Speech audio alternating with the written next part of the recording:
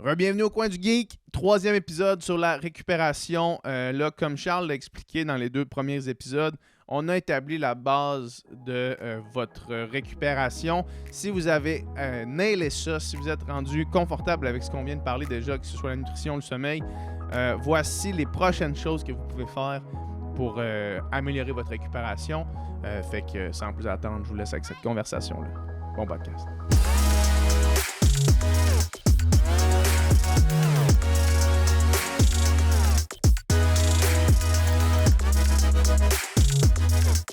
Excellent. Donc, on est de retour avec quelques... Là, comme on expliquait lors du premier épisode sur la récupération, on a mis les fondements. Puis si vous n'avez pas pris la peine de mettre les fondements, ce qu'on va discuter là est un peu secondaire. C'est là, ça, c'est pas autant, comme tu mentionnais, autant au niveau des faits, des études comme telles, puis des données probantes qui existent ou non par rapport à ça, mais aussi autant au niveau de l'efficacité des techniques comme telles, s'il y a eu des études à ce Exactement. Fait que là, on peut les mettre les prochains pas mal dans la même catégorie, je te dirais. Là, on est rendu dans la pointe de la pyramide. Exactement. Le 3/4 sommet, je te dirais. Là. Fait que là, on parle du fameux cool-down, la récupération active, un peu de cross-training de zone 1. Mais là, on peut parler du cool-down vraiment là, après ton intensité. Tout de suite là. après. Ouais, exactement. Donc, ça sert à quoi un cool-down en général, je te dirais? Ben, selon ce qu'on peut lire, ça va essayer d'augmenter la circulation sanguine locale dans les muscles qui ont été stressés par l'effort. Donc, il va y avoir une meilleure régénération des tissus parce qu'il y a une meilleure circulation des nutriments pour se régénérer, etc. Donc, ça pourrait aussi réduire les douleurs parce qu'il y a moins de dommages musculaires permanents, on va dire, ou à long terme. Donc, ça serait un peu le principe du cool-down. C'est quoi les recommandations par rapport à ça? En Van Oren et Peak 2018, eux qui recommandent de faire ce genre de processus-là parce qu'ils l'ont comparé à des étirements passifs, à de l'automassage, etc. Plein de modalités de récupération et ont déterminé que c'en était un bon, justement, la récupération active comparée aux autres.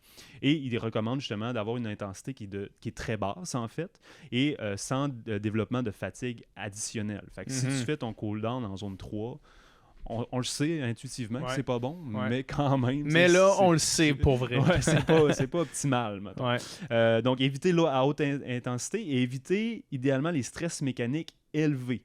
Donc, qui pourraient justement causer encore plus de dommages musculaires. Donc, par exemple...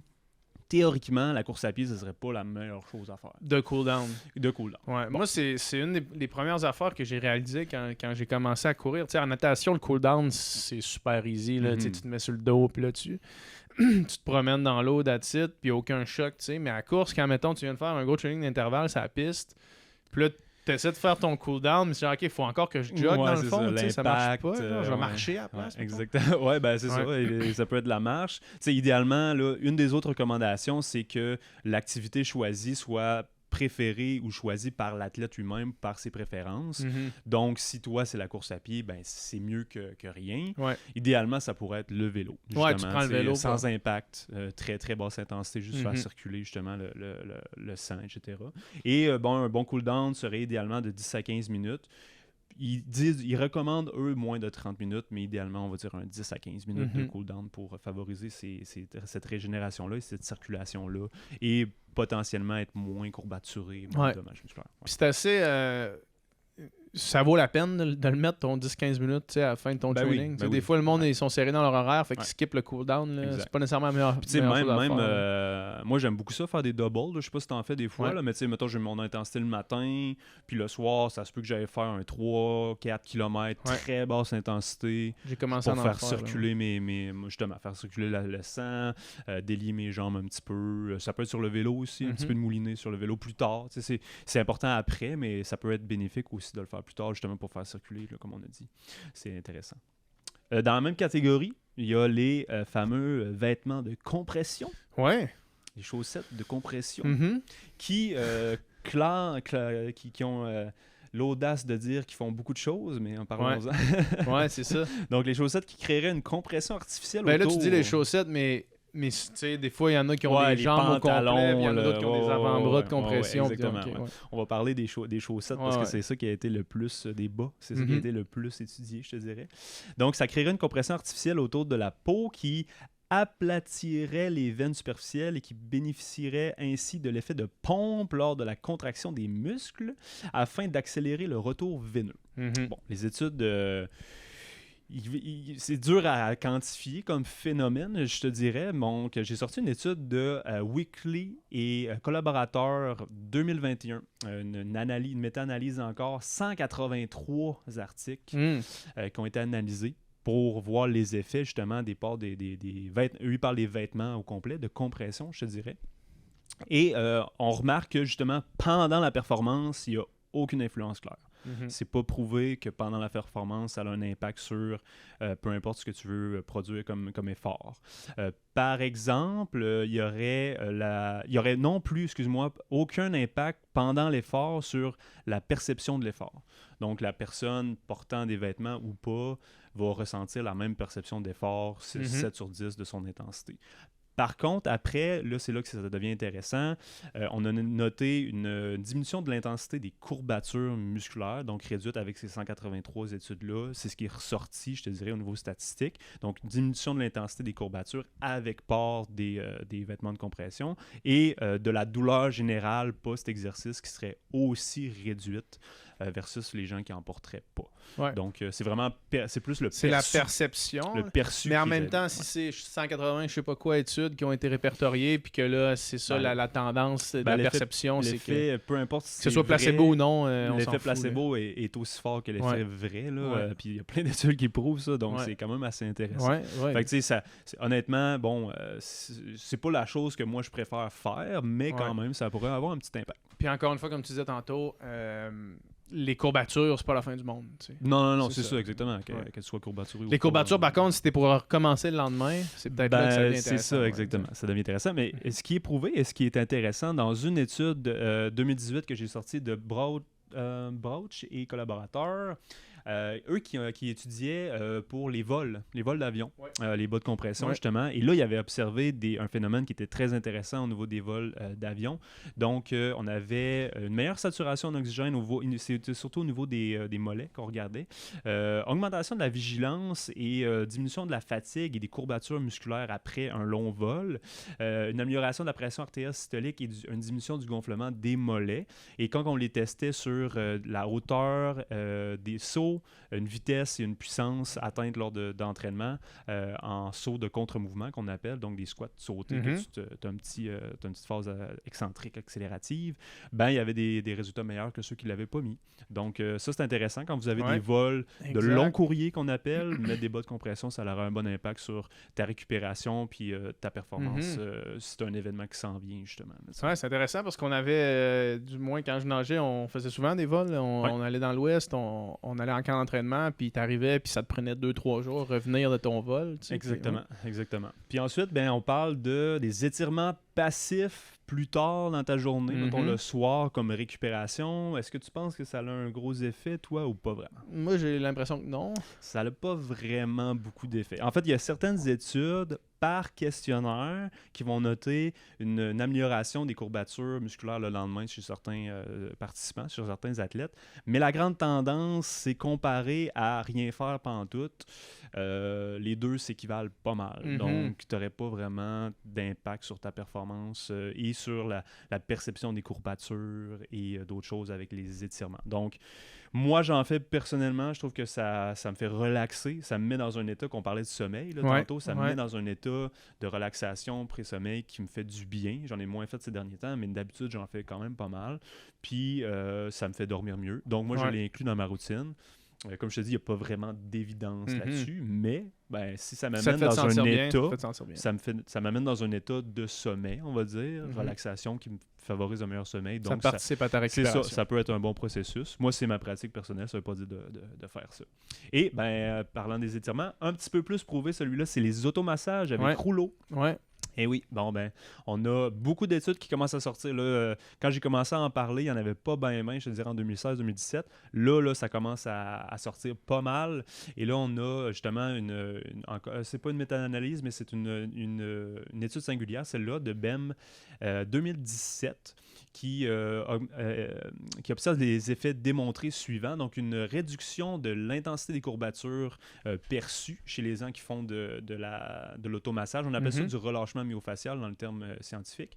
Relâchement myofacial, automassage, ça se ressemble. On aurait une augmentation aiguë de l'amplitude articulaire. Donc, par exemple, j'ai mes ischio-jambiers, je fais une grosse intensité, son tête, je me roule et j'ai plus de mobilité en flexion d'hanche. Donc, j'ai un relâchement musculaire qui fait que je retrouve ma pleine amplitude articulaire plus rapidement. Ce qui est très intéressant parce que moi, je l'utilise aussi en pré-entraînement avec mes athlètes.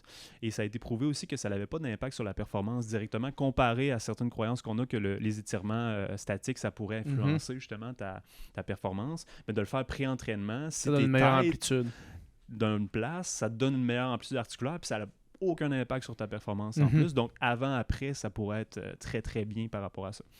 Puis, il y a une réduction des points très sensibles sur le muscle, on va dire, localisé. Puis, je te dirais que, en résumé, justement, je viens de le dire, là, que ça n'a pas d'impact sur la force, la vitesse et la précision des mouvements. Donc, ça n'a pas, comparé à ce qu'on peut penser pour les étirements statiques, ça n'a pas d'influence sur ta performance après. Ça ne va pas diminuer ta performance après.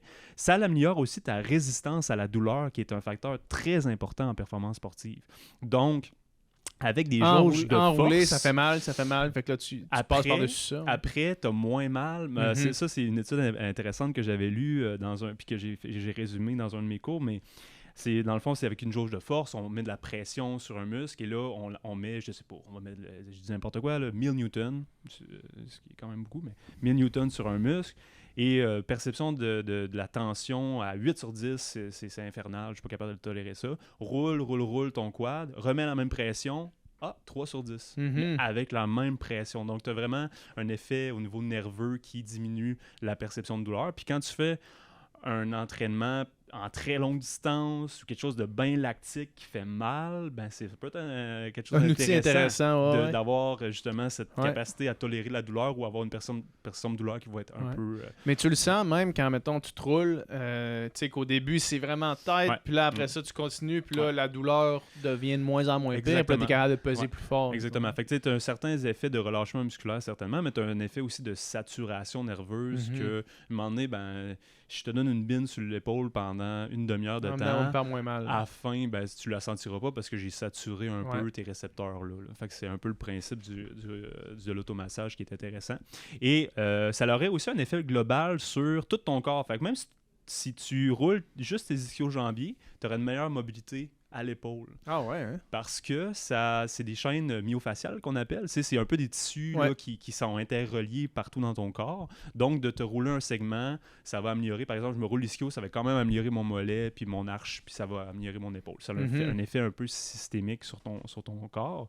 Et c'est encore plus efficace si tu fais un petit peu de mobilité active, selon les études avec ça. Donc, les automassages qui devraient durer un minimum de 30 secondes.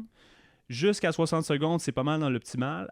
Et après ça, on remarque peu d'effets positifs. Donc, après le 60 secondes, il y en a des études qui vont jusqu'à 120, mais la majorité, c'est entre 30 et 60. C'est là que tu as le maximum de bénéfices. Et d'autres petits moyens de récupération très rapidement. Normatec, tu connais ça? Ouais, on avait ça à la fin de ma carrière. On appelle ça les Pneumatic Compression Device. Des grosses affaires, tu mets tes jambes dedans. Exactement, c'est comme des gros bas de compression électronique qui pompent là, un petit peu. Malheureusement, il y a pas beaucoup d'évidence là-dessus. Ça me surprend pas, on dirait. Je suis désolé. Par contre, pour être très honnête, c'est un des outils que moi, mes athlètes apprécient le plus. Puis qu'en termes de sensation, de perçu, qui a le plus de bénéfices. Fait que des fois, c'est ça. Parce qu'il n'y a aucun effort à faire. Tu sais, mettons, mais il semble que leurs jambes sont fresh. C'est compliqué quand même parce qu'il faut que tu le fasses, il faut que tu t'infliges de la douleur. Exactement. Mais là, tu restes assis, tu te fais faire ça. Exactement. Mais c'est ça, c'est intéressant de voir que ça, c'est dans le top de la pyramide, mais que la perception des athlètes, c'est que c'est un des choses qui a le plus d'impact pour heureux. ouais. Mais c'est vraiment tout petit dans l'échelle de la pyramide. C'est intéressant quand même. Et on a aussi la stimulation neuromusculaire électrique. Fait que tu sais, les petites bidules maintenant qu'on achète, là, c'est les électrodes qu'on met sur les mollets qui nous permettent, qui font contracter et relâcher, donc qui favoriseraient un meilleur retour veineux, aussi une pompe un peu pour améliorer la circulation sanguine et diminuer les courbatures musculaires. En effet, il y aurait une diminution des courbatures musculaires avec cela, mais le principe derrière ça est un petit peu méconnu, puis c'est encore assez nouveau, entre guillemets, pour dire que c'est très efficace de façon à 100%. Donc, ça serait dans le top de la pyramide. Puis finalement, parlons des recommandations générales pour terminer ces 3 épisodes de récupération. Recommandation générale, Kellman et collaborateurs 2018 qui font 4 recommandations très intéressantes. Donc, la première, par rapport à la récupération en général, c'est d'avoir un suivi de l'entraînement efficace pour établir les stratégies de récupération adéquates dans le contexte psychophysiologique de la réalité de l'athlète. C'est-à-dire que c'est bien beau les bains froids, c'est bien beau aussi ça, mais si ça ne correspond pas à la réalité de la personne et que ça lui impose une contrainte mentale de plus, c'est peut-être pas la bonne solution, même si ça a le plus d'évidence que l'automassage ou que les étirements. Fait que c'est vraiment si d'adapter. chez vous, vous dites hey, là, faut que j'aille prendre un bain froid, puis là, ça te prend 45 minutes de te rendre dans un centre où est-ce qu'il y a un bain froid, puis là, ça te prend 1h30 en tout faire ça, puis là, tu reviens chez vous, tu n'as pas soupé, les enfants arrivent, tu n'as pas le temps. C'est ça. Ça sert à rien. C'est ça, exactement. Fait que c'est de l'adapter à ta réalité. Il faut que ce soit simple, efficace et pratique pour toi. La récupération doit être programmée dans le plan d'entraînement autant que tes séances d'intensité puis tes séances de zone 1. Donc, si tu fais ton plan de la semaine, mets ton automassage, mets ton bain froid, mets peu importe ce que tu as besoin de mettre, mais il faut que ça soit planifié dans ta programmation d'entraînement. C'est super important pour que l'effet soit là aussi. Puis que tu sois aussi capable de le faire de façon récurrente et constante. Exactement, parce que c'est là que tu vas chercher le plus de bénéfices. La troisième aspect, c'est d'éduquer et favoriser les besoins en matière de sommeil et de nutrition, parce que ça, c'est la base qu'on n'a pas fait. Donc, si tu travailles avec des athlètes, peu importe, ou toi-même, renseigne-toi sur le sommeil, c'est quoi tes habitudes, qu'est-ce que tu devrais améliorer, et la nutrition, c'est les 2 facteurs les plus importants. Et finalement, adapter les stratégies de récupération selon ton contexte et moi, je parle en tant que coach parce que j'ai des athlètes et c'est très important dans cette recommandation-là de faire participer l'athlète, et c'est le point que je veux sortir du 4e point, à son choix de récupération. Fait que c'est bien de lui en proposer, mais c'est bien que lui décide après expérimentation qu'est-ce qu'il aime faire. Donc, pas justement evidence-based qu'on se dit, mais qu'est-ce que lui pense qu'il fait du bien. C'est sûr que si il y a les 2 options qu'il préfère le plus, il y en a une qui est très evidence-based puis l'autre pas du tout, peut-être qu'on va favoriser le diriger vers une des deux. Mais c'est très important d'inclure la personne, l'athlète, dans son choix de récupération. Voilà. Très cool. Merci beaucoup pour ce masterclass-là de récupération. Puis, on aurait pu aller en profondeur encore plus dans chacun de ces sujets, mais comme je te dis, moi, j'explore en superficie. Je suis pas un expert de riz. Je suis pas un expert de riz. Je m'y connais un peu dans ces choses-là, mais je suis pas un expert dans aucun des domaines. Ouais, mais c'est parfait. C'est exactement ça. Je voulais avec le coin du geek. Fait que merci, gang. Puis il va en avoir d'autres prochainement. Merci à toi. Yes.